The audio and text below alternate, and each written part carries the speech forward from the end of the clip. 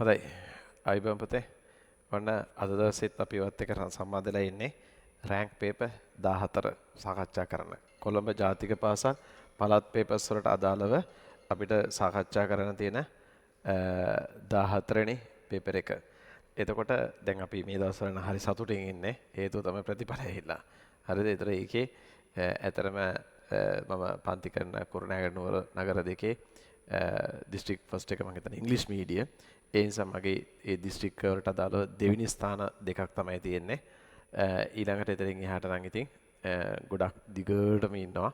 නැවතත් මම හිතන්නේ අපි වෛද්‍ය පීඨයට ඉංජිනේරු පීඨයට වැඩිම සිසු පිරිසක් යවලා තියෙන පන්තියක් වෙනවා.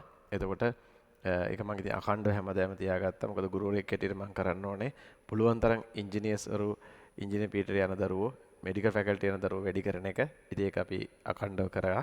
ඉතින් මේ තම දරුවෝ ප්‍රතිඵල කියන නිසා හරියට ඉලක්කම කියන්න බෑ. දැන් ගිය සැරේ නම් මුල් 100 ඇතුළත 116ක් හිටියා. ඒ කට්ටිය ඔක්කොම මෙඩිසින් ඉංජිනේරින්. ඉතින් මේ සැරේ මම හිතන්නේ ඊටත් වඩා තව ඉහළ මට්ටමක ඇති කියන එකයි දරුවෝ රිසල්ට් කියන ප්‍රමාණයත් එක්ක. ඉතින් අපිටත් හරි සතුටුයි දරුවන්ට ඒ වගේ ප්‍රතිඵලයක් අරන් දෙන්න ලැබීම ගැන. හොඳයි. ඉතින් ඒක නිසා මුල් 10 ඇතුළත තියෙනවා. මම හිතන්නේ ලොකු ප්‍රමාණයක් ඉන්නා. ඉතින් ඒක නිසා ඔයත් විශ්වාසයෙන් වැඩ කරගෙන යන්න. අපි මේ දේවලුත් කරන්නේ ඔයාගේ යහපතට ඔයාගේ රිසල්ට් එක හොඳ කරන්නට අදාළවයි. හොඳයි. අංක 1 ප්‍රශ්නය අපිට තියෙන්නේ මධ්‍යම පළාත් අධ්‍යාපන දෙපාර්තමේන්තුවේ ප්‍රශ්නයක් 2025 රදර්ෆර්ඩ්ගේ ග්‍රහාකෘතිය සමග සම්බන්ධ වන විද්‍යාඥයන් වන්නේ.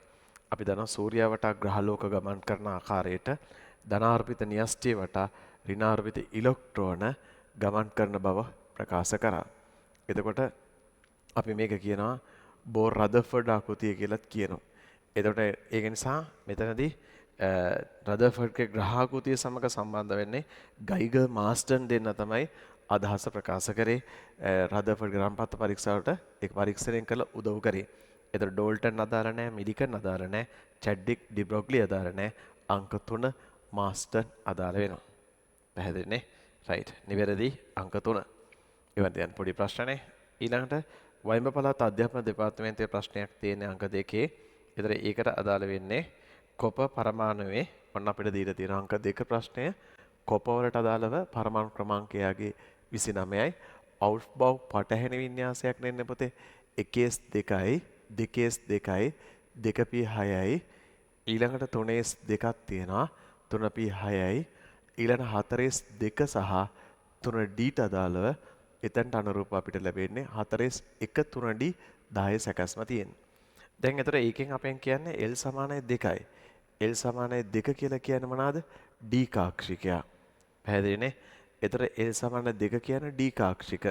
එතකොට D කාක්ෂිකයකටයි තියෙන ඉලෙක්ට්‍රෝන සංඛ්‍යාව එතකොට කීයද? 10ක් වෙනවා. ඊළඟට අනිත් එක්කෙනා කියන ml ඍණ එකක්. ml ඍණ එකක් වන ඒවා අපිට හම්බෙන්නේ මෙන්න මෙහෙම වුණාම මේ L සමානයි 1 විට අන්න අපිට හම්බෙනවා ml සමානයි ඍණ 1 බිඳුව ධන 1 ඍණ 1 හම්බෙනවා. L සමානයි 2 විට ml සමානයි ඍණ 2 ඍණ 1 ඊළඟට බිඳුව ධන 1 සහ ධන 2 අයිති වෙනවා. පැහැදිලිනේ? right. එහෙනම් මෙතනදී L1 කියවෙන්නේ p කාක්ෂිකයනේ. එහෙනම් p කාක්ෂික අයිති වෙනවා. බලන්න 2p වලට අදාළ වෙන ඉලෙක්ට්‍රෝන දෙකක් තියෙන්න පුළුවන්. 2p කාක්ෂික ඉලෙක්ට්‍රෝන 6ක් තියෙනවානේ. ඒතර ඒකේ p කාක්ෂික 2p වල 2p වලට අදාළව අන්න ඒකේ ඍණ එකක් වන ඉලෙක්ට්‍රෝන තියෙන්න පුළුවන්. පැහැදිලිනේ? 2p. ඊළඟට ওই විදිහටම 3p තියෙන්න පුළුවන්. ඊළඟට අනිත් එක්කෙනා තමයි 3d ගෙත් තියෙන්න පුළුවන්. පැහැදිලි. d කාක්ෂික ඍණ එකක් වන කාක්ෂික තියෙනවා. කාක්ෂික පහෙන්. මොකද ඉලෙක්ට්‍රෝන 10ම පිරීලා තියෙන්නේ. ඒ අනුව පැහැදිලි මෙතන s ට අදාළව එන්න බෑ. ඇයි? l ට අනුරූපගේ s ට අහුවෙන්නේ වෙන්නේ බිඳුව. ඒතර ml බිඳුවක්නේ. ඍණ එක අහුවෙන්නේ නැහැ. එහෙනම් නිවැරදි ඉලෙක්ට්‍රෝන සංඛ්‍යාව වෙන්නට ඕනේ එතනට අදාළව 6යි. එහෙනම් පැහැදිලි 10යි 6යි කියන්නේ අංක 3 පිළිතුර. අංක 3 පිළිතුර. එහෙම ඒකට අදාළ පිළිතුර ළඟා වුණේ. පැහැදිලිනේ? right. ඉලෙක්ට්‍රෝනික වින්‍යාසය ලියාගත්තාම L දෙකෙන් කියවෙන D ට අදාළ කරන ඉලෙක්ට්‍රෝන කාක්ෂික කරන තියෙනවා 10ක්. L එකට අදාළ ml ඍණ 1 එනවා. L දෙකක් වෙනකොට ඍණ 2 හම්බ වෙනවා. ඉතින් ඒකට අදාළව L 1 කියන p 2p ඉලෙක්ට්‍රෝන දෙකක් තියෙන පුළුවන් 3p දෙකක් තියෙන පුළුවන් 3d දෙකක් තියෙන පුළුවන් සමස්ත ඉලෙක්ට්‍රෝන ගන්න 6ක් වෙන්නට පුළුවන්. වෙන ගන්න පුතාලා. ඊළඟට අපිට තන තියෙනවා දකුණු පළාත් අධ්‍යාපන දෙපාර්තමේන්තුවේ ප්‍රශ්නයක්. බලමු අපි ඒක මොකද්ද කියන්නේ කියන්නේ.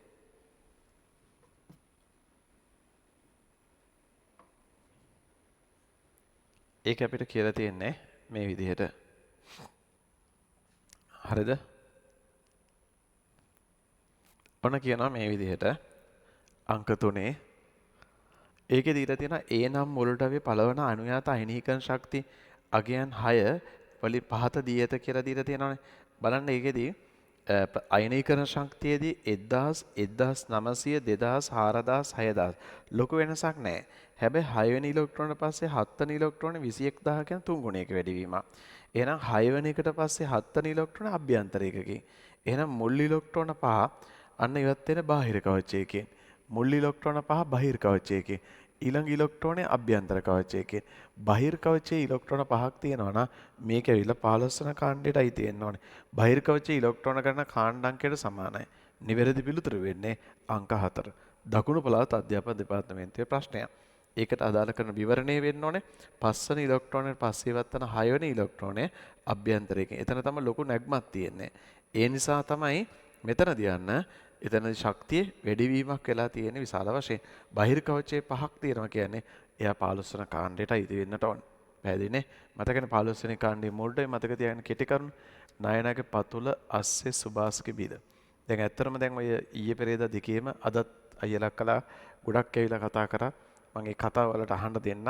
මොකද සාර්ථකත්වයට පත් වෙච්ච පාර අහන්න ඕනේ පාර දන්න මිනිසුන්ගේ හින්දා ඒ කට්ටිය කියන කතා හරි වැදගත් ඒ වලට.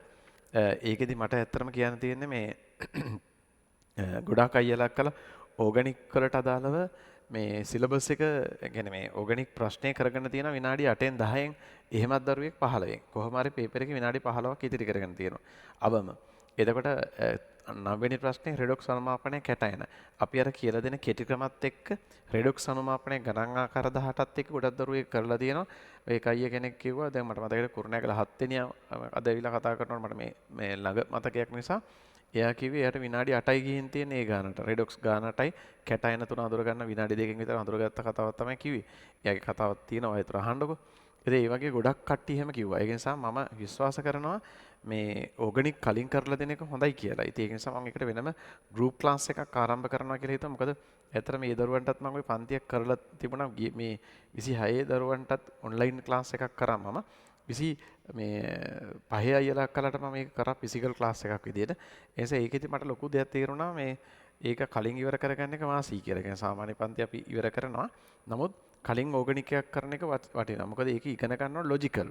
ලොජිකල් ඉගෙන ගන්න තරමට තමයි ඒක වාසි. ඉතින් අපි ඉදිරියේදී බලමු මේ වගේ වැඩ ආරම්භ කරන්න අවුරුද්දෙන් පස්සේ හරි. දැන් ඊළඟට උතන 4 වෙනි ප්‍රශ්නේ තියෙන විශාක විද්‍යාලයේ හොඳ ප්‍රශ්නයක්. ඒකේ උතන යමක් කියන්නත් තියෙනවා. උතන ඔය අපගමණය වෙන කෝණයක් දීලා තියෙනවා උතන. දැන් මේ කට්ටිය ওই විදිහට අපගමණය වෙන කෝණයක් දීලා තිබ්බට සාමාන්‍යයෙන් අපගමණය වෙන කෝණයක් තියෙන කෙනෙක් දෙන්නේ නැහැ. අපගමණය වෙන කෝණයක් දෙන්නේ නැහැ. හරිද? ඒක නිසා අපි ඒ කියන්නේ මේ ඔය කියන්නේ සාමාන්‍ය ක්‍රමයෙන් අපගමණය වෙන ඒ වගේ එකක් දෙන්නේ නැහැ. එතකොට මේකේ ඔන්න බලන්න මේකට අනුරූපව අපිට දීලා තියෙන්නේ මේ විදිහටනේ. ඔන්න දීලා තියෙනවා 4 වෙනි එක්කෙනාට අදාළව H2O දීලා තියෙනවා. ඊළඟ අනිත් එක්කෙනාගේ අපිට දීලා තියෙන්නේ OCl2 තියෙනවා. ඇමෝනියා තියෙනවා. ඊළඟට අනිත් එක්කෙනා H2S තියෙනවා. රයිට්. අපි OCl2 පොඩ්ඩක් පැත්තකින් තියලා මේ කට්ටියගේ දල කෝණේ පොඩ්ඩක් ගමුකෝ. දැන් එතකොට මෙතනදී බහුවර්ණ ප්‍රශ්න වලට වෙස් පවාදය දාන්න ඕනේ. H පරමාණු දෙකයි. මෙතනට අදාළ එක සැරේ උගල් දෙකක් තියෙනවා. වෙස්ප ගණන එතකොට වෙස්ප 4යි. එහෙනම් දල හැඩය දක්වමින් දල කෝණය නිරූපණය කරනවා. එතකොට දල කෝණයේ අංශක 109යි. එතන මෙතනත් එහෙමයි. නේද? මෙයාට අදාළ බහුවර්ණ ප්‍රශ්න වලට වෙස් පවාදේ කියලා දුන්න කෙටි ක්‍රමයක්. මධ්‍ය පරමාණු පරියන්ත පරමාණුන් එයාලගේ අටපුරව ගන්න අදාළව තමයි ඒක බන්ධනයෙන් දාන්නේ. පස්වෙනි කාණ්ඩයේ හින්දා එකසර යුගලක් තියෙනවා. ඒතර වෙස්ප 4යිනේ. එතන චතුස්තලීය දල කෝණය එතකොට එතනත් 109යි. ඊළඟට H2S වලදී මෙතනදී H පරමාණු දෙන්න ඉන්නවා. එකසර යුගල් දෙක ওই විදිහට තියෙනවා. වෙස්පා 4යි. වෙස්පා 4ක් නම් එතන චතුස්තලීයයි. දල කෝණේ 109යි. දල කෝණ සමානයි නම් ඊළඟට බලනවා විකර්ෂණ ඒකක. විකර්ෂණ ඒකක. එතකොට විකර්ෂණ ඒකක ගත්තාම මෙතන තියෙනවා විකර්ෂණ ඒකක මේ විදිහට දෙන්නෙක් ඉන්නවා. එතකොට පැහැදිලි මෙයාගේ කෝණය තමයි ඒ කියන්නේ මෙතන එකසර බන්ධන මෙතන එකසර විකර්ෂණයකුත් තියෙනවා. එහෙනම් මෙයාගේ තමයි උතන තියෙන කට්ටියකින් වැඩිම කෝණය වෙන්නට ඕනේ. ඊට සාපේක්ෂව ඊළඟට එන්න ඕනේ මේ දෙන්න. අපි උතනදී කෝණ වලින් අපගමණය වෙන සිද්ධියක් විදිහට කතා කරන කට්ටියක් ඉන්නවනේ. ඔය කෙටි ක්‍රමේදී මෙන්න මේකත් ඒකට විශේෂ එකක් විදිහට ගන්න පුළුවන්. සාමාන්‍යයෙන් එහෙම ඒවා දෙනවා අඩුයි. හරි 16 වෙනි එකක් තමයි NO2. කෝණය මතක තියෙන්න ඕනේ NO2 වල. හරිද? NO2 වල කෝණය මතක තියෙන්න ඕනේ. මෙතන කෝණය 134යි. ඊළඟට 16 වෙනි කාණ්ඩේ H2O හැර සෙසු හයිඩ්‍රජන් හේලයිඩ වල H2S, H2SC, H2TE මේ කට්ටියක කෝණය අංශක 90ට ආසන්නයි. ওই ක්‍රමෙන් අපගමනය වෙනවා. ඒ නිසා උතන තියෙන කට්ටියකින් දල කෝණය අඩුම වෙන්නට ඕනේ මෙන්න මෙයාගේ H2S වල. වැඩිම වෙන්නට ඕනේ මෙතනදී H2S ඊළඟට අනිත් එක්කෙනාගේ වෙන්නට ඕනේ. හරිද? ඇමෝනියා ඊළඟට ජලය. පැහැදිලිනේ? රයිට්. අඩුම කෝණයේ H2S විදිහට පවතින කෝණ උතන පවතිනවා දෙකක්. එතකොට 4 සහ 5. එතකොට H2Sට වඩා අනිවාර්යෙන් ඇමෝනියාට වඩා ජලීය කෝණය අඩු වෙන්න ඕනේ. ඒක නිසා උතන හැටියට අංක 5 පිළිතුරු තෝරගන්න එක ප්‍රශ්නයක් නෑ. නමුත් මේක රීසන් එකක් කියන්න ඕනේ මෙන්න මෙයාගේ. මෙතනදිත් ක්ලෝරින් වල බහුවර්ණ ප්‍රශ්න වලට වෙස්ප දාපම වෙස්ප 4ක් තමයි එන්නේ. චතුස්තලීය හැඩයක් තමයි එන්නේ. දල කෝණේ 109ක් තමයි එන්නේ. එකසර යුගල් දෙකකුත් එනවා. හැබැයි මෙතනදී විශේෂත්වයේ තියෙන ඔක්සිජන් මෙතන ක්ලෝරින්ලා තියෙන්නේ. අන්න. එතකොට මේ ක්ලෝරින් තියෙන නිසා මෙයා ළඟත් එකසර තියෙනවා. හරිද? ඒ එකසර මෙතනක් තියෙන නිසා ක්ලෝරින් වල මෙතනත් එකසර තියෙන නිසා අන්න මොකද වෙන්නේ? මෙතනදී අන්න විශේෂ දෙයක් වෙනවා. මෙතනදී අර එකසර ඝනත්වය වැඩි. මෙයා ළඟත් එකසර යුගල් දෙකක් තියෙන්නේ. ඒක නිසා මෙයාගේ විකර්ෂණයක් ඇති වෙනවා. ඒ විකර්ෂණය ඇති වීම නිසා මේ දෙන්නට අදාළව විශේෂත්වයක් මේ කෝණය වෙනවා ඇත්තටම 109ටත් වඩා වැඩි. අර ක්ලෝරින් ළඟ තියෙන නිසා මේ එකසර ඝනත්වය වැඩි නිසා ඒ රිපල්ෂන් එකේ හින්දා විශේෂත්වය මෙයාගේ කෝණය ඇත්තටම අංශක 110 111 අතර වෙනවා. මේ ලිස්ට් එකට එන තව එක්කෙනෙක් ඔය. එහෙම ඒවා ඉතාමත්ම විරලයි ඈ. එහෙම ඒවා ඉතාමත්ම විරලයි. OCl2 වලට අදාළ කෝණයත් අංශක 110ක් වෙනවා. දල වශයෙන්. පැහැදිලි. ඒකට හේතුව එකසර විකර්ෂණය. නමුත් මේ පිළිතුරු ගන්න නම් ඕක බාධාවක් වෙන්නේ නැහැ. අර සාමාන්‍ය ක්‍රමයෙන් ගියපම අනිත් ඒ වගේ උත්තරේ දන නිසා හදා ගන්න පුළුවන්. ක්‍රමේ වැරද්දක් නැහැ. ඒකෙන් අපගමන වෙන ඉතාමත්ම සීමිත ප්‍රමාණයක් තියෙන්නේ. රයිට්. මේක ඉදිරිපත් කරලා තියෙන විශාඛා විද්‍යාලයේ ප්‍රශ්නයක් හොඳ ප්‍රශ්නයක්. ඒ අනුවතර නිවැරදි පිළිතුර අංක 5 විදියට බාර ගන්න පුළුවන්. අංක 5 විදියට බාර ගන්න පුළුවන්. OCl2 වල ක්ලෝරින් ළඟ එකසර ඝනත්වය 3.3ක් තියෙනවා මෙතන. ඒ විකර්ෂණයේ හින්දා රයිට් ඔක්සිජන් ළඟත් එකසර තියෙනවා විකර්ෂණය ආවට මෙතන විකර්ෂණයකුත් එන හින්දා කෝණේ චුට්ටක් ඈත් වෙන ගතියක් තියෙනවා. ක්ලෝරින් විකර්ෂණය නිසා. පැහැදිලිනේ? අපි ඔකට කියලා දුන්නා කෝණ නිර්ණය කරන්න දාලා කෙටි ක්‍රමයක්.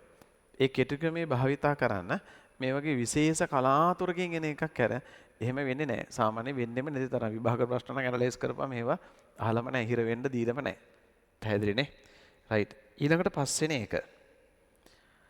කවුරුද දරුවෙක්ගේ හොඳයි නම් මරු ඉතින් ඈ. ඊළඟට කොළඹ DS රණායක විද්‍යාලයේ ප්‍රශ්නය අංක 5. බලන්න ඒක මොකද්ද කියන්නේ කියලා.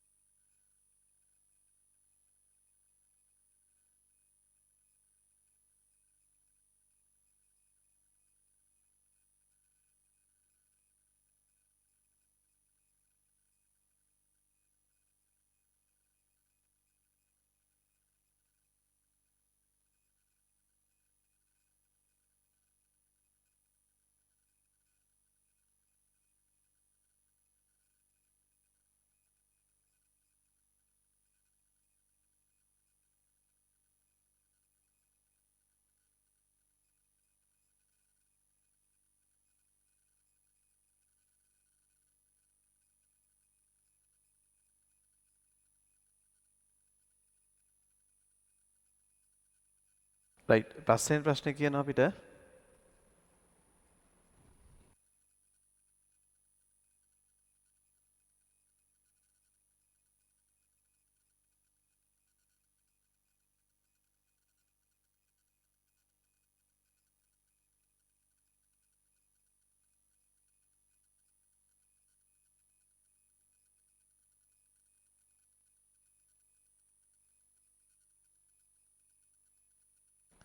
රයිට්. පස්වෙනි එකේ කියන sp3 මුහුණ්කරණයේ ඇති මධ්‍ය පරමාණුවක් සහිත අණුවල මධ්‍ය පරමාණුවට පැවතිය හැකි හැඩයන් දැක්වෙන පිළිතුර. තලීය ත්‍රිකෝණාකාරයි කියනකොට ඒකේ තියෙන විදිහක් නැහැනේ.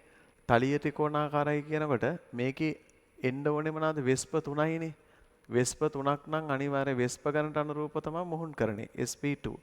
උදව්වක් හැටියට කෙම්කයිය ප්‍රෝග්‍රෑම් එක 1 2 3 part 1 2 3 කරලා ඉවරයි 2026 අයියලා කළාට. ඒ වුණාට ඔයාලට ඒක 100%ක් වළංගුයි. සමස්ත පාඩම පැය 6 6මාර අතර කාලයක ඉවර කරලා තියෙන්නේ. ඊට පස්සේ ඕන ප්‍රශ්නයක් පුළුවන් view have බඳලා කරුණා කරලා බලන්න. ඊයේ 3 වෙනි එක කරලා ඉවර කරා. කෙටිකම වලින් වැඩි ඉවර කරගන්න උදව්ව දීලා තියෙන්නේ. ලකුණු 8ක් ලකුණු 8 ගොඩ ගියා වගේ තමයි ඒක බැලුවා. පැහැදිලිද? රයිට්. ඊට අඩු කාලෙකින් මේ වගේ දෙයක් කරගන්න පුළුවන් කෙනෙක් කොච්චර හොඳද? ඒ නිසා මේක SP2 නේ වෙස්ප ගණනට අදාළව තමයි මොහොන් කරන්නේ. වෙස්ප කියන්නේ මොනවාද? සිග්මා ප්ලස් එකසර යුගල්.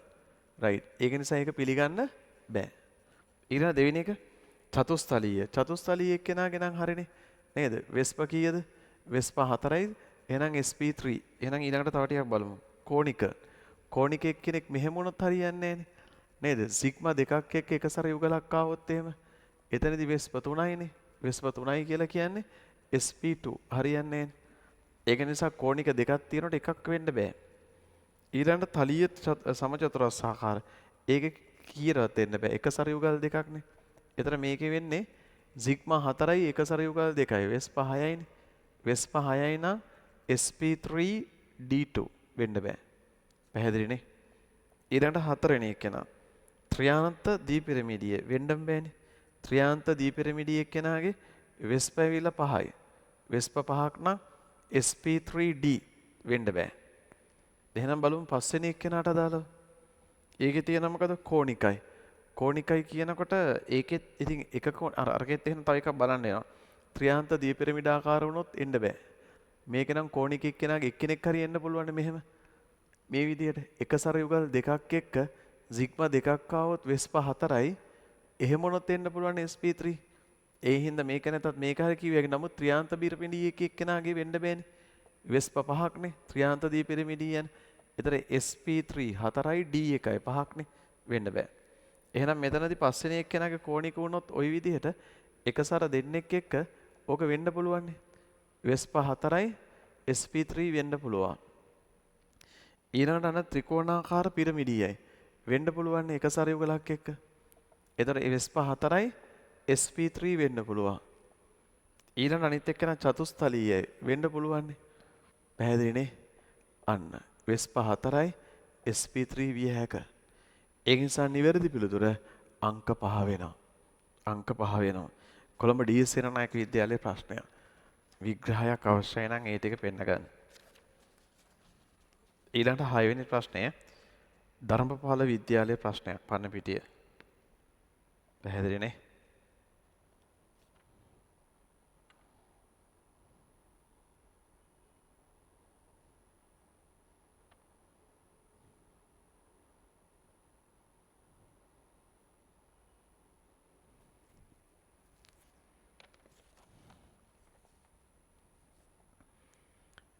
එතකොට ඒකේ කියන අපිට මෙන්න මේ විදිහට. හරිද පුතේ? අඩුපාඩු තියෙනවා හදාගන්න.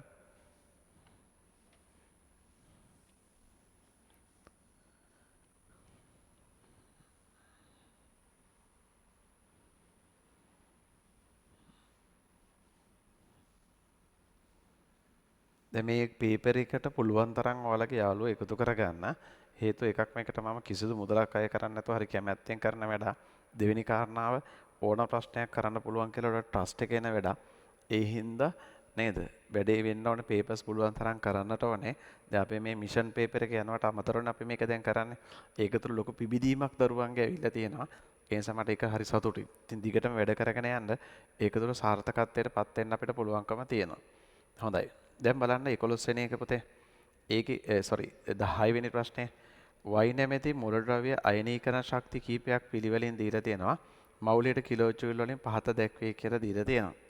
ඒතර 650යි 1400 2150යි 9000 10000 11000 12000 විදිහට. ඒතර Y බ්‍රෝමීන් සමග ප්‍රතික්‍රියාවෙන් සෑදෙන අයනීය විය හැකියි කියලා අහලා තියෙනවානේ. ඒතර පුතාලට පේනව නේද 650 1400 2000 9000 ඊළඟට අපිට එතනදී 9000 වලට පස්සේ එතනට අදාළව අපිට තියෙන්නේ 10700යි. ඒතර අතන 2150ට පස්සේ 9900 කියන්නේ මොකද? තුන්වෙනි ඉලෙක්ට්‍රෝනට පස්සේ හතරවෙනි ඉලෙක්ට්‍රෝන ශක්තිය ශීඝ්‍ර ලෙස වැඩි වෙලා තියෙනවානේ. එතකොට ඒ කියන්නේ ශීඝ්‍ර ලෙස එතන වැඩි වෙලා තියෙනවා කියලා කියන්නේ අනිවාර්යෙන් එතනදී මොකද වෙන්නේ? මුල් ඉලෙක්ට්‍රෝන තුන ඉවත් වෙන්න ඕන බහිර් කවචයේනේ. රයිට්? මුල් ඉලෙක්ට්‍රෝන තුන බහිර් කවචේ අනිත් කට්ටිය අභ්‍යන්තර කවචකයෙන් කියලා අපිට හිතන්න පුළුවන්කම තියෙනවා. එහෙනම් අනිවාර්යෙන්ම එතනදී අපිට එතනදී බහිර් කවචයේ ඉලෙක්ට්‍රෝන තුනක් තියෙනවායි කියලා කියන්නේ ඔතනදී අපිට පිළිගන්න පුළුවන් Y බ්‍රෝමීන් සමග ක්‍රියා කරනවා කියලා. Y නෙමෙයි අතන උතන X බ්‍රෝමීන් සමග ක්‍රියා කරනවා නම් මෙයාගෙන් හැදෙන්න ඕන බහිර් කවචයේ ඉලෙක්ට්‍රෝන තුනක් තියෙනවායි කියලා කියන්නේ 1 2 3ට පස්සේ තමයි ශීඝ්‍ර ලෙස වැඩි වෙලා තියෙන අයනීකරණ ශක්තිය. ඒ නිසා මේ තුන් දෙනා බහිර් කවචයෙන්. එහෙනම් එයාගෙන් හැදෙන්න ඕන කැටයනය ওই විදිහට. පැහැදිලිනේ? ඉතින් XBr3 වගේ කෙනෙක් හැදෙයි. එහෙනම් නිවැරදි පිළිතුර වෙන්නේ ඔතන හැටියට අංක 5. පැහැදිලිනේ? රයිට්. සෑදෙන අයනය වෙන්නට පුළුවන් වෙන්නේ ඒක. ඒක එතකොට බ්‍රෝමියම් එක්කනේ. එතකොට අලෝහයක් එක්ක එක තියෙන්න ඕනේ. එතකොට ලෝහයක් කැටයනය. Y කියන එක න. පැහැදිලිනේ? නැත්නම් උතන නම් X. ඒ අංක 5. 5 පිළිතුරු තමයි නිවැරදි වෙන්නේ. තේරුණා නේද? ඒක අපේ හැටි. තුන්වෙනි වරට පස්සේ ඉවත් කරන හතරවෙනි ඉලෙක්ට්‍රෝන ඒ වගේ 4 ගුණයකින් වැඩි වෙලා තියෙන්නේ. ඒකයි. ඊළඟට 7 වෙනි ප්‍රශ්නේ නැවතත් හොඳ ප්‍රශ්නයක් දේවබාලිකා විද්‍යාලයේ ප්‍රශ්නයක්. බලමු අපි ඒකට අදාළ කරන පිළිතුරු කොහොමද ගලප ගන්න කියලා. ඒකේ පුතාලට දීලා තියෙන්නේ මෙන්න මේ විදිහේ කතාවක්. රයිට්? ඔතන කියලා තියෙනවා මේ විදිහේ එකක්. දීලා තියෙනවා 7 වෙනි එක්කෙනාට අදාළව. හරිද? ක්ලෝරින් දීලා තියෙනවා, ෆ්ලුවරින් දීලා තියෙනවා, ඊළඟට ඔක්සිජන් දීලා තියෙනවා, නයිට්‍රජන් දීලා තියෙනවා. ඒතර බන්ධන ශක්තිය පිළිබඳව විමසනකොට ඔයාලට අපි කියලා තියෙනවා බන්ධන දිගත් එක්ක පදනම් කරගෙන තමයි අපිට ඒකට අදාළව උත්තරේ ගලප ගන්න පුළුවන්කම ලැබෙන්නේ. පැහැදිලිනේ? බන්ධන ශක්තිය සමානුපාතිකයි මොකේද? එකයට පරමාණුක අරය. පරමාණුකරය අඩු එක්කෙනාගේ බන්ධන ශක්තිය වැඩි. ඒක නිසා එතකොට බලපුවහම වාට පේනවා මෙතන ඇටියට ත්‍රිත්ව බන්ධනයක් තියෙන්නේ. එතකොට බන්ධන අරය කොහොමද? මේ විදිහට ත්‍රිත්ව බන්ධනයේ පොදු සංප්‍රයුක්තය, ඊළඟට දිත්ත පොදු සංප්‍රයුක්තය, ඊළඟට සිග්මා විදිහට බන්ධන දිග වැඩි වෙන්නේ. එහෙනම් මෙයාගේ තම බන්ධන ශක්තිය අඩුම වෙන්නේ. ඒ කියන්නේ අරය අඩුම වෙන්නේ. අරය අඩු වෙනවා නම් වැඩිම බන්ධන ශක්තිය තියෙන්න ඕනේ එයාගේ. එහෙනම් වැඩිම බන්ධන ශක්තිය තියෙන්න ඕනේ N2 වල නේද? ඊට පස්සේ තියෙන්න ඕන O2 වල දිත්ත බන්ධනයනේ මේ. ඊට පස්සේ සිග්මා මේ දෙන්නගෙම සිග්මා. එතකොට මේ දෙන්නගෙම එකම જાතියනේ. එතකොට අපි දෙනවා එක සරත් ওই විදිහට තියෙන්නේ. එතකොට මෙයාගෙත් එක සර ওই විදිහට තියෙන්නේ. එතකොට එකම වර්ගයේ සිග්මා බන්ධනාවත් අපි ගන්න මොහුන්කරණය. පැහැදිලිනේ? එතන මොහුන්කරණයත් මේ දෙන්නගේ සමානයි. එහෙනම් අපි එතනදී විශේෂත්වයක් තියෙනවා. මෙතනදී යන්න ක්ලෝරින් මෙතන සිග්මා බොන්ඩ් එක මෙතන ෆ්ලුවරින්. සාමාන්‍යයෙන් හිතෙන්නේ මේ දෙන්න 17 වෙනි කාණ්ඩේ පව් කෙල බේරෙන අයියාගේ අත. මේක ඇත්තටම 17 වෙනි කාණ්ඩයේ යටතේදී අපි පැහැදිලි කරනවා P ගුණයේදී. දැන් පල්ලෙහාට යන්න ෆ්ලුවරින්ට වඩා ක්ලෝරින් වල අරේ වැඩිනේ. ඇයි ශක්ති මට්ටම් ගන්න වැඩි නිසා. අරේ වැඩි නිසා අරේ වැඩි එක්කෙනාගේ බන්ධන ශක්තිය සාමාන්‍යයෙන් අඩු වෙන්නේ නැවනේ. ඒක නිසා පොතේ හැටියට නම් සාමාන්‍යයෙන් අඩු වෙන්න ඕනේ. මෙයාගේ අරේ වැඩි නිසා බන්ධන ශක්තිය අඩු වෙලා මෙයාගේ බන්ධන ශක්තිය වැඩි වෙන්න ඕනේ. හැබැයි ෆ්ලුවරින් වල බන්ධන ශක්තිය ක්ලෝරින්ටත් වඩා අඩු වෙනවා. අර ඉස්සල්ලා එක්කෙනා වගේ. අර ප්‍රශ්නේ අර OCl2 අණුව වගේ එකක් මේක. විශේෂත්වයක්. කොහොමත් මේක 17 වෙනි කාණ්ඩේ අපි උගන්වනවා. මෙයාට වඩා මෙයාගේ බන්ධන විඝටන ශක්තිය අනියම් වශයෙන් අඩුයි. ඇයි අරේ අඩු නිසා ඒකීය ප්‍රදේශයක තියෙන එකසර ඝනත්වය වැඩි. අය කියනවා. අරේ අඩු නිසා ඒකීය ප්‍රදේශයක තියෙන එකසර ඝනත්වය වැඩි. ඒ නිසා එකසර විකර්ෂණයක් ඇති වෙනවනේ බන්ධන. අන්න ඒකත් එක්ක බන්ධනය දුර්වල වෙනවා. ඒකීය ප්‍රදේශයක එකසර ඝනත්වය වැඩි. ඒ නිසා එකසර බන්ධන අර තියෙන විකර්ෂණයත් එක්ක බන්ධන ශක්තිය දුර්වල වෙනවා. ඒ නිසා ක්ලෝරින්ට වඩා ෆ්ලුවරින් වල බන්ධන ශක්තිය අඩු වෙනවා. පැහැදිලිනේ? ඒකයි මේකට හේතුව. ඒ නිසා ඔතන හැටියට වඩා නිවැරදින පිළිතුර වෙන්නේ අංක 3. හොඳ ප්‍රශ්නයක්. කාට හරි ඒක හරි ගියා නම් මරු. දේවබාලිකයේ ප්‍රශ්නයක්. වෙන්න ඕනේ මේ දෙන්නගේම ක්ලෝරින් ෆ්ලුවරින් නිසා අරය බලන්න ඕනේ සිග්මා එකම වර්ගයේ මොහොන් කරන් සමාන නිසා අරයට වඩා මෙයාගේ පරමාණුකාරය වැඩිනේ බන්ධන විකටනේ අඩු වෙන්න ඕනේ. නමුත් ෆ්ලුවරින් වල අපි කියන්නේ අනියම් වශයෙන් බන්ධන විකරණ ශක්තිය අඩුයි කියලා. මෙන්න මේ එකසර විකර්ෂණයේ හින්දා. පැහැදිලිනේ? ඇත්තටම බ්‍රෝමියන්ටත් වඩා මෙයාගේ බන්ධන විකරණ ශක්තිය අඩුවීමක් තමයි සාමාන්‍ය වාර්තාව වෙන්නේ. හොඳයි. ওই විදිහට පිළිතුරු පෙන්න ගන්න අපි ඔකට හේතුව P ගුණයේ 17 වෙනි කාණ්ඩේ අපිට ඉගෙන ගන්නම තියෙනවා. පැහැදිලිනේ? රයිට්. නිරූපණය කළා දාන්න. එකසර ඝනත්වයේ වැඩි නිසා ඒකීය ප්‍රදේශ අරය අඩුයි. ඇති වෙන විකර්ෂණයෙන් හින්දා බන්ධන විකර්ෂණ ශක්තිය අඩුවීමක් තමයි ඒකට හේතු වෙන්නේ. ඊළඟට ප්‍රශ්න අංක 8. හොඳ ප්‍රශ්න ටිකක් ඒකේ තියෙන්නේ. එතන මේක හරි ගිහින් තියෙන දරුවෙක්ගේ බොහොම වටිනවා. හරිද?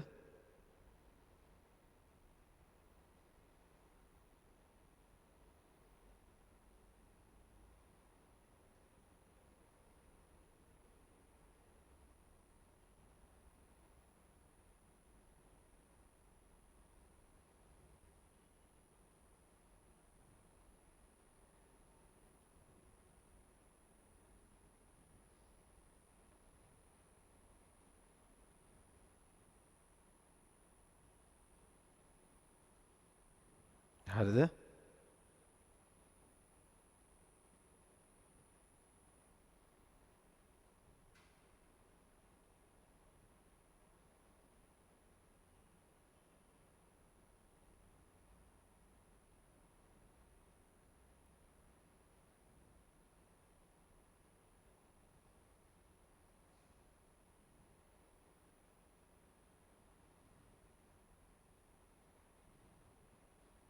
හොඳයි.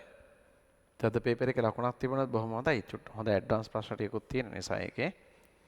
ඊළඟට බලන්න 8 වෙනි ප්‍රශ්නේ. ඒකත් හොඳ ප්‍රශ්නයක් අපි සාකච්ඡා කරමු. ඒකේ පුතාලට කියලා තියෙන්නේ මෙන්න මේ විදිහට. හරියට විෂය දැනුම තිබුණොත් තමයි විශේෂයෙන් මේ රෑන්ක් පේපර් වල අපි ඔය කොළඹ ස්කූල් පේපර්ස් වල හෝ පළාත් පේපර්ස් වල හොඳම ස්ට්‍රීට් ප්‍රශ්න ටික තමයි අරන් කතා කරන්නේ. එතන මේ වගේ අර එකතු වෙන රීසන්ට් එකමත් සමන් අප්ඩේට් කරගන්න අවශ්‍ය දරුවෙක් ඉන්නවා නා. ඒතර ඔන්න 8 වෙනි එක. එක්තරා ද්‍රාවණයක ඔන්න දීලා තියෙනවා AN+ දීලා තියෙනවා. එයත් එක්ක ක්‍රියා කරනවායි කියලා තියෙනවා. MnO4 ඍණ. අපි මේ වගේ තොරි සමීකරණ පාඩමේදී සාකච්ඡා කරනවා. එතකොට හැදෙනවලු උතන AO3 ඍණ 1 හැදෙනවා. ඊට අමතරව අපිට ඉතින් MnO4 ඔක්සි ආම්ලික මාධ්‍යයේදී පත් වෙන්නේ Mn-2 ජනප්‍රියයි. භාෂික මාධ්‍යය නම් MnO2 වෙන්නේ. භාෂික මාධ්‍ය නම් MnO2 ආම්ලික මාධ්‍යයේදී මෙයා පත් වෙන්නේ Mn-2 විභාග ලං වෙනකොට ඔක බොහොම සරල කතාවකුත් වෙනවා. ඒ තරම් අපි ඉස්සරහට මේක භාවිතාවෙන්නේ කියන්නේ. දැන් එතකොට ඔක්සිකරණාංකය හොයන්න එපේ. 3/2 එකක් අඩු වුණාම ධන 5යිනේ. ඔක්ස ඇනයනවල ඔක්සිකරණාංකය හොයන්න අපි ඔය කියලා දීලා තියෙන මනෝමයෙන් හදන්න ක්‍රමය නේද? ඔක්සිකරණාංක හොයන්න ක්‍රම 3ක් කියලා දීලා තියෙනවා. 4ක් 8යි 1යි ධන 7යි. පැහැදිලි. මෙතන ඇවිල්ලා n+. දැන් බලන්න මෙතනදී මෙයා ඉඳලා මෙතන මේ දෙක අතර ගත්තොත් එහෙම බලන්න මෙතන ඔක්සිකරණාංකයේ අඩුවීමක් තියෙන්නේ. 7න් 2 7න් 2 ඉලෙක්ට්‍රෝනික වෙනස එතකොට 5යි. පැහැදිලිනේ? මෙතන එතකොට මෙතන මෙයා වැඩි මෙයා අඩුයි. මෙයා වැඩි මෙයා අඩුයි. මෙයා අඩුයි නම් මෙතනදි වෙන්න ඕන හරණය නිසා මෙතන කරණය වෙන්නේ. ඔක්සිකරණය කියන්නේ ඉලෙක්ට්‍රෝන පිට කරලීම. එහෙනම් මෙයාගේ ඔක්සිකරණාංකය වැඩි.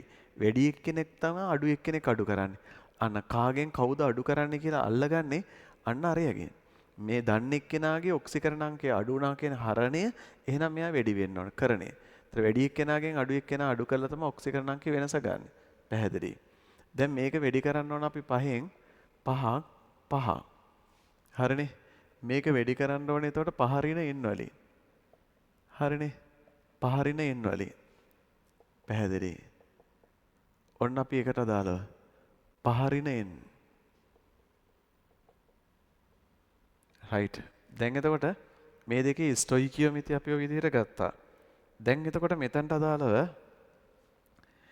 an+ මවුල බෙදන්නට ඕන කීයෙන්ද? MnO4 ඍණ මවුල. පැහැදිලිනේ?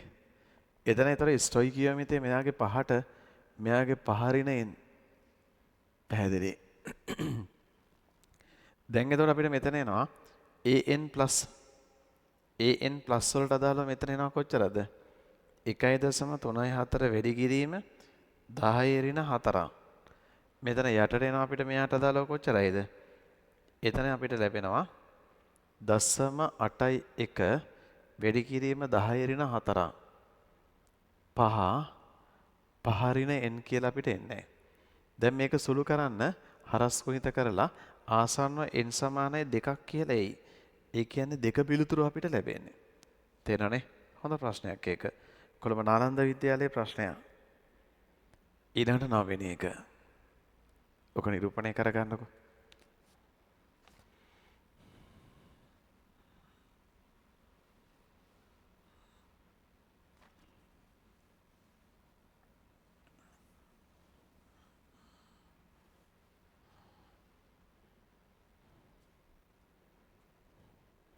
දැන් අපි ওই වායු පාඩමේ පටන් අරගෙන ඒක කරගෙන යන අපි රෙඩොක්ස් අනුමාපනය ඉතාමත්ම සාර්ථක විදිහට අපි අවසන් කරා.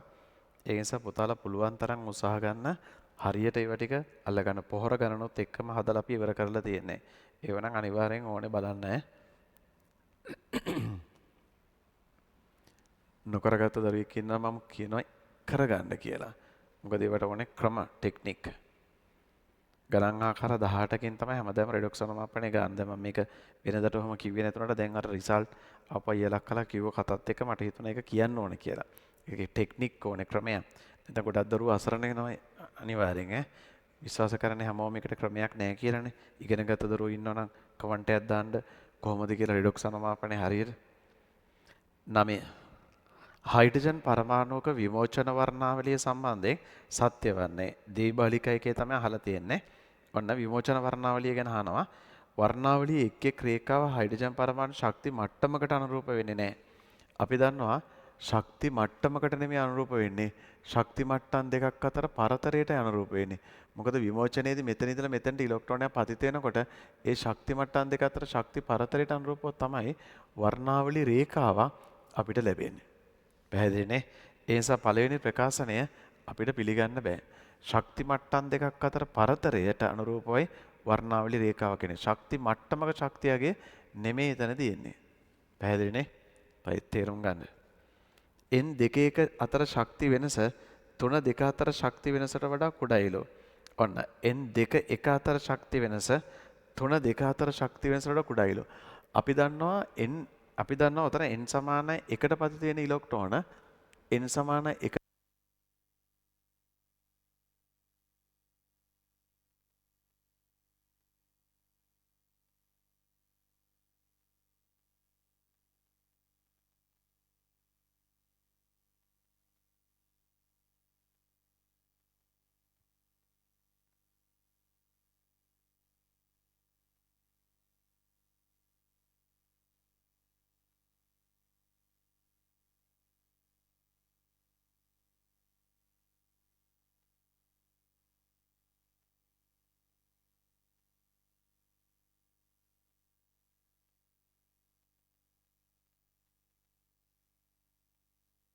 Right battery බැසා.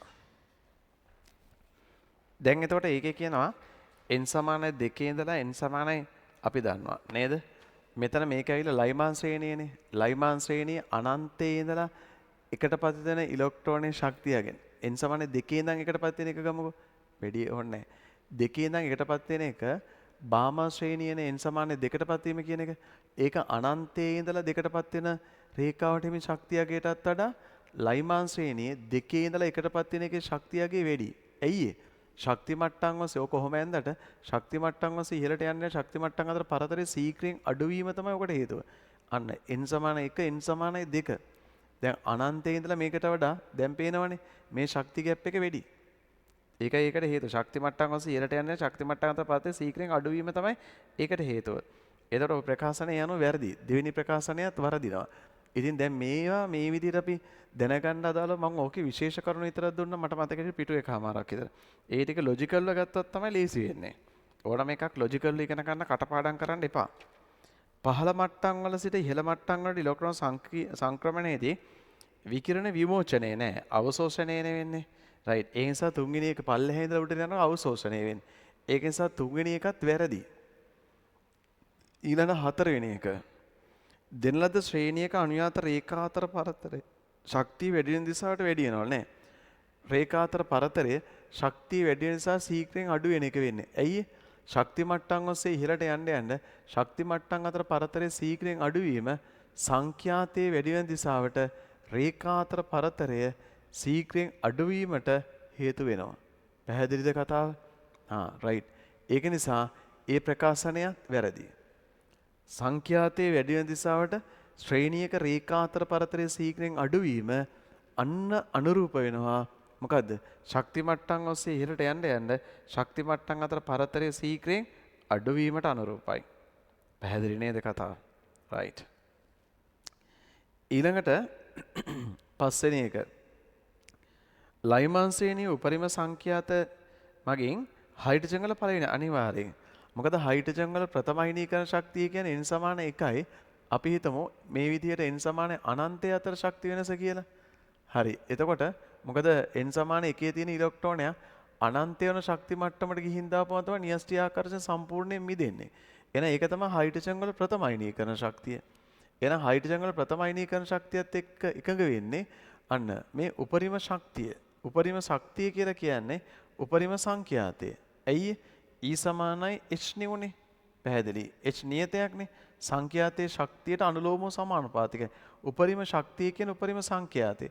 ඕන තවදුරටත් කියන්න පුළුවන් මේක සමානුපාතික 1ට ලැම්ඩා. ඒ කියන්නේ උපරිම ශක්තිය යන අවම තරංග ආයාමය. නේද? අවම තරංග ආයාමයේ තියෙන අනන්තය සහ මේ n සමාන 1 අතර ශක්තිය වෙනස. හයිඩ්‍රජන් වල ප්‍රථම අයනීකරණ ශක්තියට එකඟයි ලයිමාන් ශ්‍රේණියේ උපරිම සංඛ්‍යාතයේ හිමි රේඛාවෙන් පළවෙනි අයනීක ශක්තිය නිරූපණය කරනවා කියන එක. ඒක වෙල දේවබාලිකාගේ ප්‍රශ්නයක්. හොඳ ප්‍රශ්නයක්. නිවැරදි. පැහැදිලි. ඊළඟට ඔන්න 10 වෙනි ප්‍රශ්නය. ඒකත් හොඳ ප්‍රශ්නයක්. බලමු අපි ඒක. 10 වෙනි ප්‍රශ්නේ මොකද්ද කියන්නේ කියලා තේරුම් ගන්න උත්සාහ කරමු. ඒක අපිට දීලා තියෙනවා මෙන්න මේ විදිහට.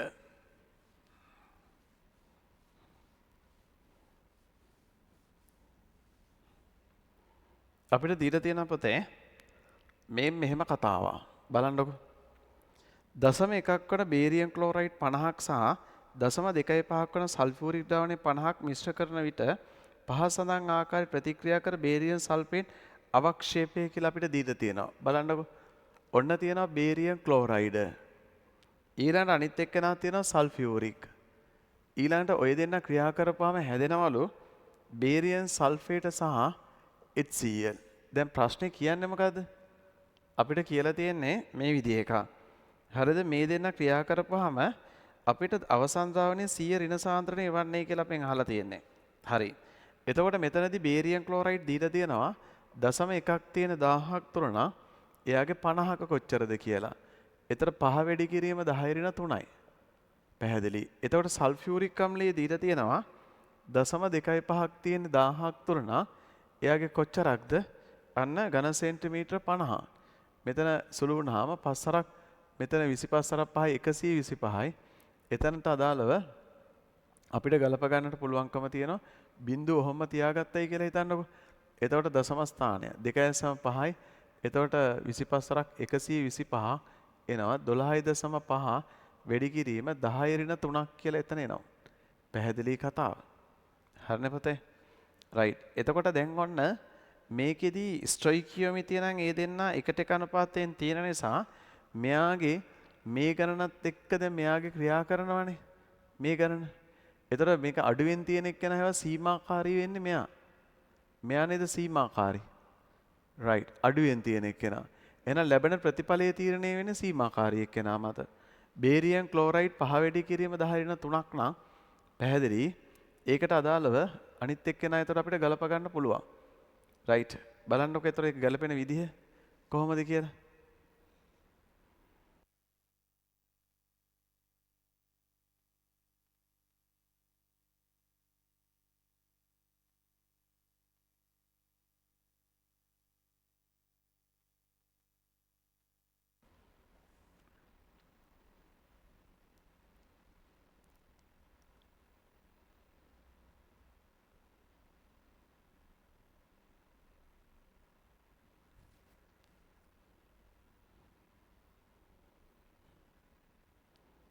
උත්සාහ ගන්න බලන්න එතනට දාලා. මොකද්ද වෙන්නේ එතකොට ඒකේ?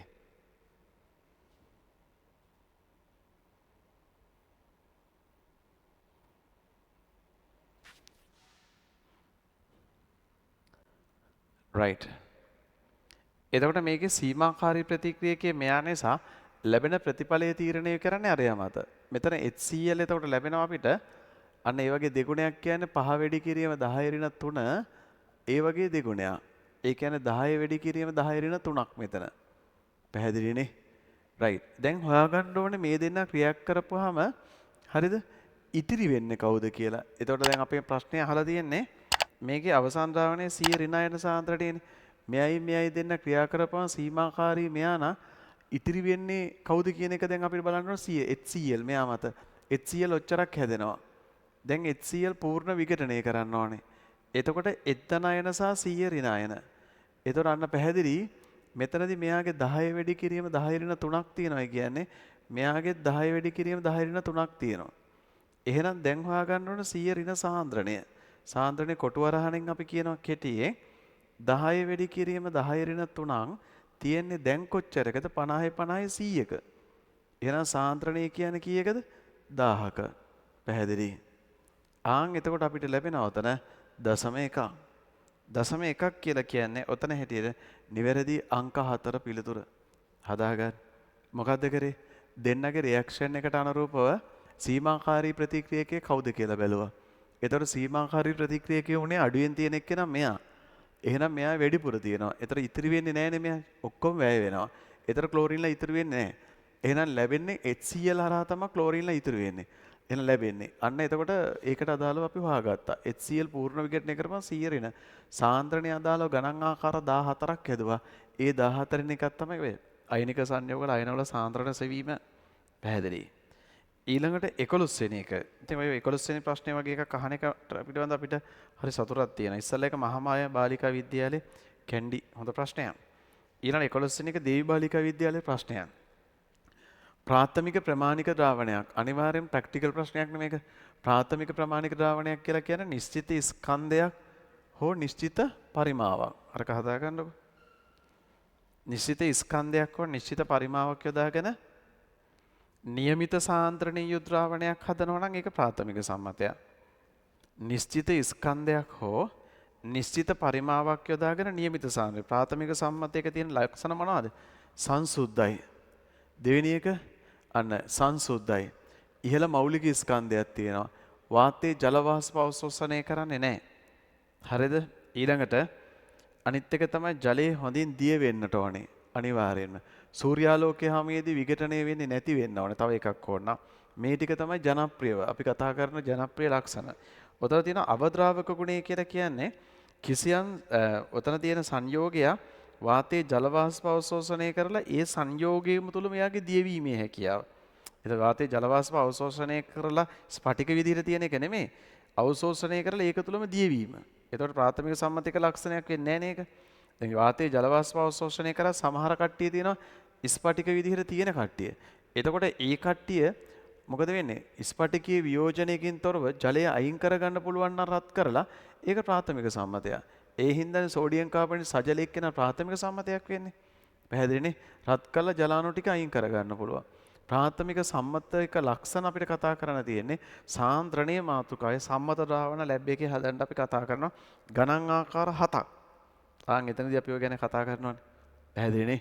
රයිට්. ඉතින් ඒ නිසා ඔක අපි නෝට් එකේ තියෙන එක. ඉතින් අපි හරි සතුටුයි නිව් සිලබස් එකේ ප්‍රශ්නයක් දේවි බාලිකාවේගේ මේක ඇසීම සම්බන්ධව.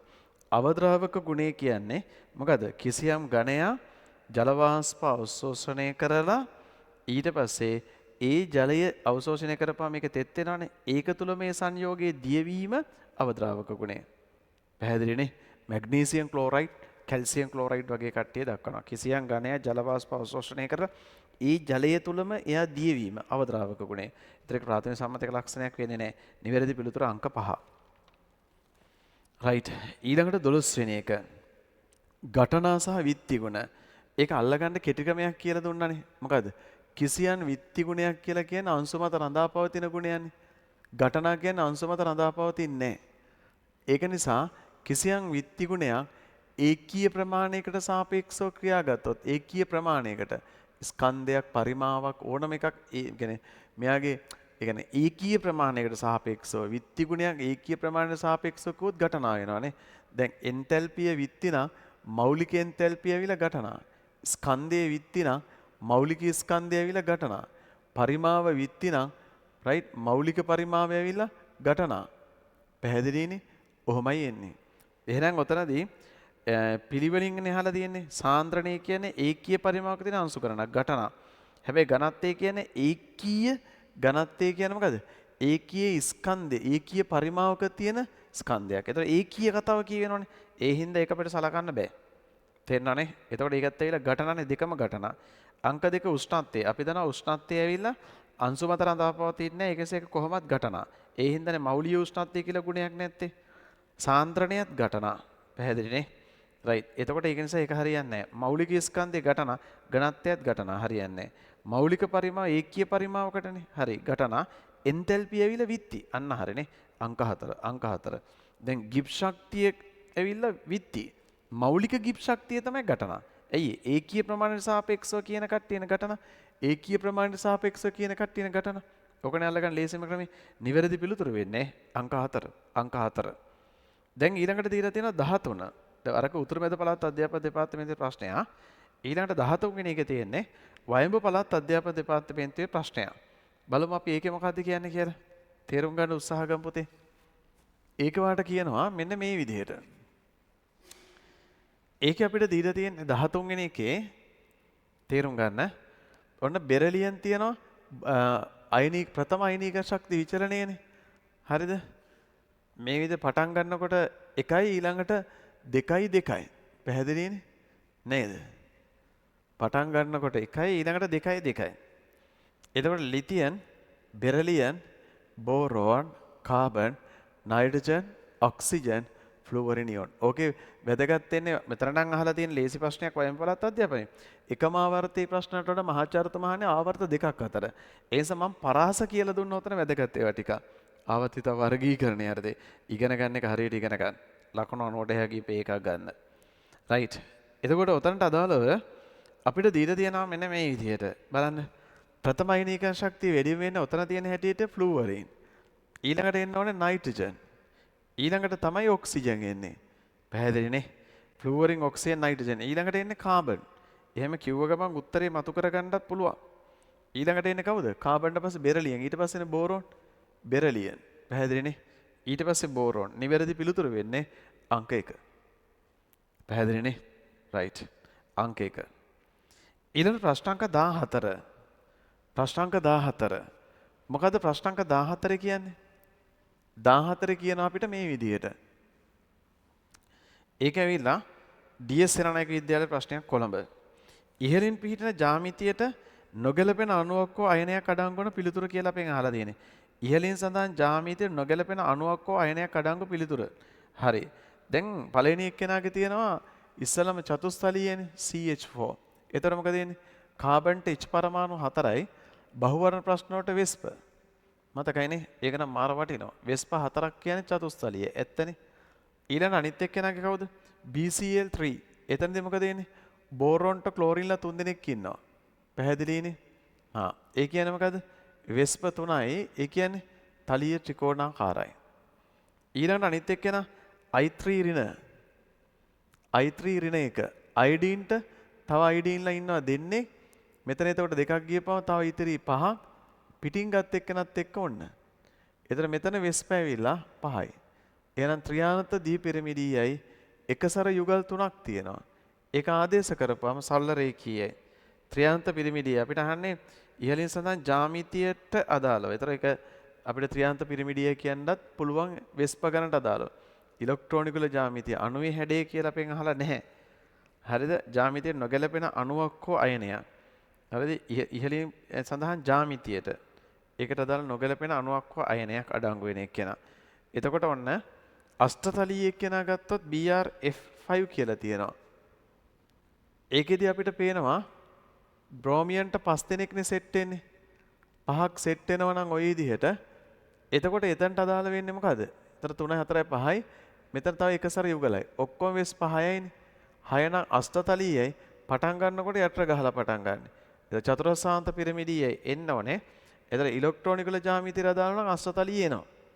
හරි. දැන් බලමුකෝ අපි උතන තියෙනවට අදාළව ඉහළින් සඳහන් ජ්‍යාමිතියට නොගැලපෙන අණුවක් හොයන්නේ. ජ්‍යාමිතිය කියලා කියන්නේ අදාළ කරන තියෙන එක්කෙනා තමයි ඉලෙක්ට්‍රෝනික ජ්‍යාමිතිය තමයි උතන අදහස් කරන්නේ. ඉලෙක්ට්‍රෝනික ජ්‍යාමිතිය. එතන මේක ත්‍රියාන්ත පිරිමිය අෂ්ටතලිය ගැලපෙනවනේ. ඒතර නොගැලපෙන එක්කෙනා තමයි අහන්නේ. නොගැලපෙන එක්කෙනා අහන්නේ. ප්‍රශ්නේ චූටි පොඩි අවුලක් තියෙනවා. නමුත් ඉතින් තේරුම් ගන්නකොට ඒක ප්‍රශ්නයක් නෑ. ඒතර අංක 1 කියන එක ගැලපෙනවනේ. අංක 1 කියන එක ගැලපෙනවා. බහුවර්ණ ප්‍රශ්න වලට වෙස්පෝනේ මේ වගේ ප්‍රශ්නයක් කරනවා කටපාඩම් කරන්න බෑ. එහෙම වුණොත් වෙලාව යනවා. තේරෙනවනේ? වෙලාව යන්නේ නැතු වෙන්නනේ අපි වැඩි කරගන්න ඕනේ. ඒ නිසා ඔක හැඩ අප්සෙට් නම් කාට හරි මතක තියාගෙන ඔහොම ගන්න බහුවර්ණ ප්‍රශ්න වලට වෙස්පවාදයේ කියන කෙම්කයියේ එක බලන්න. ඈ පොඩි වෙලාවෙ බැලුව ගමන් පුළුවන් ඕන එකක් විභාග ප්‍රශ්න ටිකත් එක්ක කරලා ඇති එකේ. රයිට්. දැන් බලන්න ඊළඟ එක්කෙනාගේ SO4 ඍණ 2 ඔක්සිජන් අයනය අයනයේ ආරෝපණ සමාන ඔක්සිජන් පරමාණු ගණනක් ඒක බන්ධනයෙන් අමුණලා ඒ ස්ථානයේ ඍණ ඒකක ආරෝපණයක් යදනවා. ඉතිරි ඔක්සිජන් ද්විත්ව බන්ධන. දැන් මෙතන වෙස්ප කීයද? 4යි. වෙස්ප 4 නම් චතුස්තලියේ ගානට ගැලපෙනවනේ. ඊළඟ අනිත් එක්කෙනා අපිට තියෙන්නේ කාබනේට CO3 ඍණ 2 උතන ඉන්නේ. අයනයේ ආරෝපණ සමාන ඔක්සිජන් පරමාණු ගණනක් ඒක බන්ධනයෙන් අමුණලා ඒ ස්ථාන ඍණ ඒකක ආරෝපණය. ඉතිරි ඔක්සිජන් ද්විත්ව. වෙස්ප 3යි තලීය ත්‍රිකෝණාකාරයි. ඊළඟට අනිත් එක්කෙනා අපිට උතන දීලා තියෙන්නේ එයාට අදාළව XeOF2 XeOF2 එතකොට මොකද්ද? ෂෙනෝන් තියෙනවා, ද්විත්ව බන්ධන ඔක්සිජන් තියෙනවා, ෆ්ලූවරින් තියෙනවා, ෆ්ලූවරින් තියෙනවා. හතරක් ගියපුවාම තව ඉතිරි එකසර යුගල් දෙකක්. ඒ කියන්නේ වෙස්ප ඔක්කොම මෙතන 1 2 3යි 4යි 5යි. වෙස්ප 5යි. වෙස්ප 5 නම් ත්‍රියානත දී පිරමිඩිය එකසර යුගල් දෙක ආදේශ කරනවා. එතකොට අපිට ලැබෙන්නේ T හැඩය. නමුත් ඉලෙක්ට්‍රෝනික ජ්‍යාමිතියට අදාළව අන්න අපිට එනවා ත්‍රියාන්ත පිරමිඩිය හැඩය. නිවැරදි. ඊළඟට අනිත් එක්කෙනා අපිට දීලා තියෙන්නේ copper H26. එතකොට එතනට අදාළව ජලාණු 6ක් නිසා අෂ්ටතලීයේ අන්න වැදගත්කම දැන් DS එකේ ඔක ප්‍රශ්නය අහන්න අයිතියක් තියෙන්නේ. ඇයි අපි හැඩ පිළිබඳ කතා කරා සංකීර්ණ අණු වලට. නේද? මතකද? ලිගන වලට අනුරූප හැඩ අපි කතා කරා. 6ක් නම් ලිගන වල අංකය අෂ්ටතලීයයි. ඉතින් ඒක නිවැරදි ගැලපෙනවා. ඒ හින්දා ඔතන ගැලපෙන පිළිතුර අංක 2 වෙනවා. නේද? එතනදී අර ලිගනේ හැලජන නම් චතුස්තලීය. එහෙම නොවනකොට අන්න සමචතුරස්‍රතලීය. මතකයි නේද? ලස්සන ක්‍රමයක් කියලා දුන්න සංකීර්ණ වලට හැඩ ගන්න. ඒතර ඕනි. ඉතින් අන්න තියරිය හරියට දීලා නෝට් එකෙන් තමයි අපි ඔක්කොම උගන්වන්නේ. පැහැදිලිනේ? රයිට්. 15 ගම්පහ බණ්ඩාරනායක විද්‍යාලයේ ප්‍රශ්නයක් එතන අපිට දීලා තියෙන්නේ. දීර්ඝවෘක්කනේ ශුන්‍ය වන ප්‍රභේදය පිළිබඳ අපෙන් අහලා තියෙන්නේ. බලමු ඒකට අදාළව කොහොමද කියලා. අරකට අංක 2 පිළිතුරු ගන්න එක සාධාරණයි. ඒතර 15ට අදාළව අපිට කියලා තියෙනවා මෙන්න මේ විදිය. දීර්ඝවෘක්කනේ ශුන්‍ය මතකද ගන්න කෙටි ක්‍රමේ? මෙහෙම නෙමෙයි. මධ්‍ය පරමාණු වටා මේ විදිහට අපිට තේරෙනවා සිග්මා දෙකක් එක්ක එකසර යුගල් 3ක් හෝ එහෙම නැත්නම් මේ විදිහට සිග්මා දෙකක් එක්ක එකසර 4ක් හෝ නැත්නම් සිග්මා 4ක් එක්ක එකසර යුගල් දෙකක් තියෙන මෙන්න මේ කියන අවස්ථා ඔය කියන අවස්ථා තුන හැර වෙනත් ඕනම අවස්ථාවක මධ්‍ය පරමාණු මත එකසර යුගල් තිබුණත් අනිවාර්යෙන් දීර්ඝවෘක්කණයක් තියෙනවා. හැබැයි මේ අවස්ථා තුන ගත්තොත් එහෙම අන්න අපිට නිර්ජවීයයි කියන්න පුළුවන්.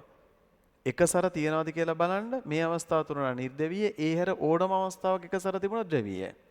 ඊට අමතරව එකසර නැත්තම් බලන්න මොන අක්ෂය ඔස්සේ ගත්තත් සමාන කොටස් දෙකකට බෙදෙනවද? එහෙම බෙදෙනවා නම් ආන් ඒක නිර්ජවීය. එහෙම බෙදෙන්නේ නැත්තම් මොන අක්ෂය ඔස්සේ ගත්තත් එයා යන දීර්ඝවෘක්කණයක් තියෙන ද්‍රවීයයි. ඕකනේ කෙටි ක්‍රමය. හරි. දැන් එතකොට උතන්ට අදාළව අපිට බැලු බලමට පළවෙනි එක්කෙනාගේ පේනවා ඒකෙදි බෙරිලියම් ක්ලෝරයිඩ් නම් කේන්ද්‍ර සම්මිතියක් තියෙනවා BF3ත් එහෙමයි.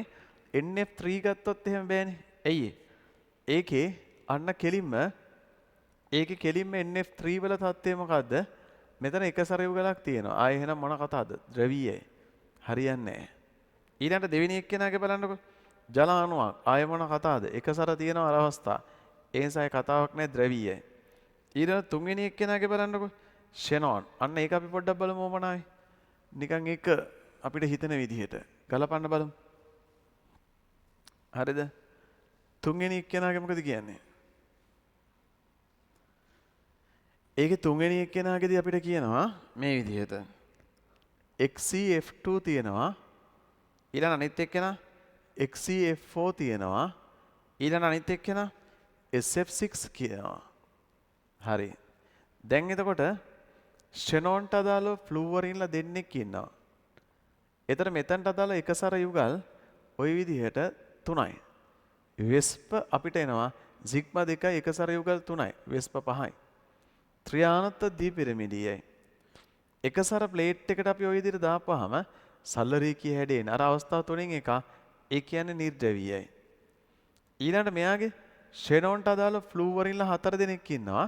එහෙම ගියපුවාම මෙයාගේ තව ඉතිරි එකසර යුගල් 2ක්. වෙස්ප ඔක්කොම ඇවිල්ලා 6යි 6ක් නම් අෂ්ටතලීයයි එකසර යුගල් 2 දාපුවාම අන්න අපිට පැහැදිලි නිර්ද්‍රවීයයි. ඊළඟට මෙතනට අදාළව SF6 පැහැදිලි 3යි 4යි 5යි 6යි. එතන වෙස්ප මෙතනට අදාළව 6යි 6යි කියන්නේ අෂ්ටතලීයයි. පැහැදිලිද? රයිට්. එතකොට ඒකත් ඇවිල්ලා එකසර නැහැ කේන්ද්‍ර සමිතියක් තියෙනවා. ඒ කියන්නේ නිර්ද්‍රවීයයි. එහෙනම් ඔතන හැටියට අංක 3 පිළිතුර ගැලපෙනවා. හැබැයි ඔතන හැටියට තව එක්කෙනෙක් අපිට ගලප ගන්නත් පුළුවන්. බලන්නකෝ. ඔය පස්වෙනි පිළිතුරේ තියෙන එක්කෙනා හතරවෙනි පිළිතුරේ ClF3 ගැලපෙන්නේ නැහනේ. කාබනේටේ තියෙන්නේ. අයන ආරෝපණ සමාන ඔක්සිජන් පරමාණු ගණන ඒක බන්ධනයෙන් අමරනවා. ඒ ස්ථාන ඍණ එකක ආරෝපණයක් යදනවා. ඉතිරි ඔක්සිජන් දිත්ත. පැහැදිලිද? රයිට්. එතකොට මේකට අදාළව අපිට කුමන අක්ෂය ඔස්සේ ගත්ත සමාන කොටස් දෙකකට බෙදෙන්න පුළුවන්ද කියන ප්‍රශ්නේ තමන්ට තියෙනවා. ඒක නිසා ඔතන වඩාත් ගැළපෙන උත්තරයක් විදිහට අංක 3 ගන්න එක සාධාරණයි. පැහැදිලිනේ? රයිට්. අංක 3 ගන්න එක සාධාරණයි. හොඳයි.